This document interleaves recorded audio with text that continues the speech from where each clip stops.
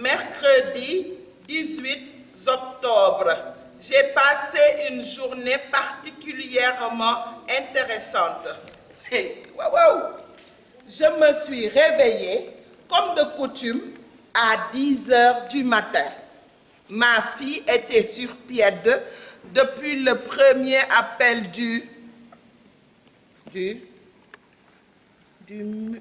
M-U-E-2-Z-I-N. Bigué! Bigué! Bigué, viens m'aider. Bigué, viens m'aider à terminer le devoir de français que notre professeur nous a demandé de faire. Il s'agit pour chaque élève adulte de raconter une de ses journées. Je suis bien curieuse de savoir ce que tu espères obtenir avec tes cours du soir. Hein? Yo, ne sais-tu pas que tu as dépassé l'âge d'apprentissage? Oh, ma fille, on n'est jamais trop vieux ni trop vieille pour s'instruire. En tout cas, c'est moi qui fais les frais de ton inclination soudaine pour l'instruction. On dirait que je suis une mine dans cette maison. Oui, non. Hé, arrête de rouspéter et apporte-moi mes lunettes. Elles sont sur la table de nuit.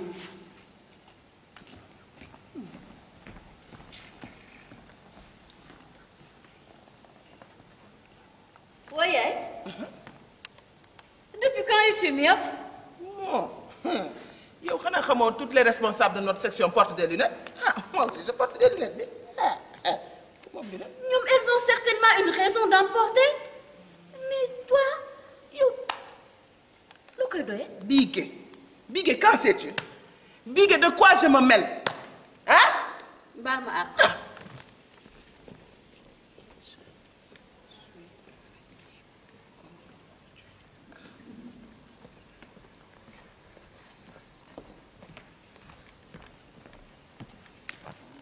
Voilà.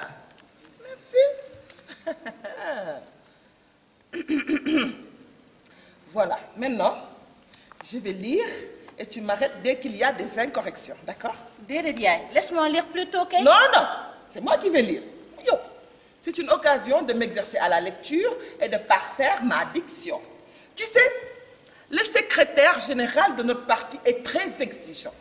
Il veut que les militants parlent en français comme les Parisiens eux-mêmes. J'ai compris. Voilà. J'ai compris. Lis-moi ton devoir. Voilà. Hier, mercredi 18 octobre, j'ai... Pourquoi tu ris? 18 octobre. Ouais. Pourquoi 18 octobre, hein? Mais parce que notre professeur nous recommande de faire la liaison en lisant. Alors tu l'as fait très mal, la liaison. Dégoûte ma fille. Il ne faut pas lire 18 octobre. Il faut lire 18 octobre. Ah, sans le Z. Faut amul liaison. D'accord, je reprends. Hier, mercredi 18 octobre, j'ai passé une journée particulièrement intéressante. Je me suis réveillée, comme de coutume, à 10 heures du matin. Ma fille était sur pied depuis le premier appel. Pied là. Début, kenn du ko lire. Ah, d'accord. Ma fille était sur pied depuis le premier appel du... C'est quoi ça? Muezzin. Muezzin. Muezzin. Da ngay articuler. Muezzin. Muezzin. Ouais, ok. Moi, il aime ça, Muezzin. Moi qui note fajar yaay. Ah, d'accord, d'accord, d'accord. De notre quartier, pour laver la vaisselle, balayer la cour de notre maison. Balayer. La cour de notre maison et essuyer les meubles du salon. Quant à mon oncle, il était déjà parti au travail. Ton oncle? Ouais. Je parle de ton père, Bao. Ah, mon père n'est pas ton oncle. Ouais, par quel autre mot je peux remplacer le mot Nidjaï? Dans notre langue, le mot Nidjaï a deux sens différents. Oncle et mari. Oh là là! Vraiment, c'est embarrassant d'écrire en français tout en pensant à dans notre langue maternelle. C'est pourquoi nos enfants sont nuls en composition française. par quel autre mot je peux changer le mot mari pour... Pourquoi faire? Ah, si tu trouves le mot mari trop banal, écris époux. Époux mooy di jëkkër di yaay. Bëgguma époux. Non, non, pas époux. Beneen mot.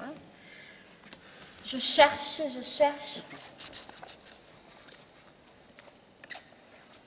Yaay chou. Chou. Chou baax na. Je vais dire chou. Babou, chou. Voyez. Le jour où je dirai chou à ton père. Ah, il sera content. Ignorant qu'il est. Il va penser que je me pèse sa tête. Je le connais. Yaay, mon père n'est pas un ignorant nag. Non, yéenam dimbali ma. Ton père est un ignorant. Il ne sait que vendre des chaussures. Waa jeex na, reprends la lecture s'il te plaît. moo gën de. Voilà.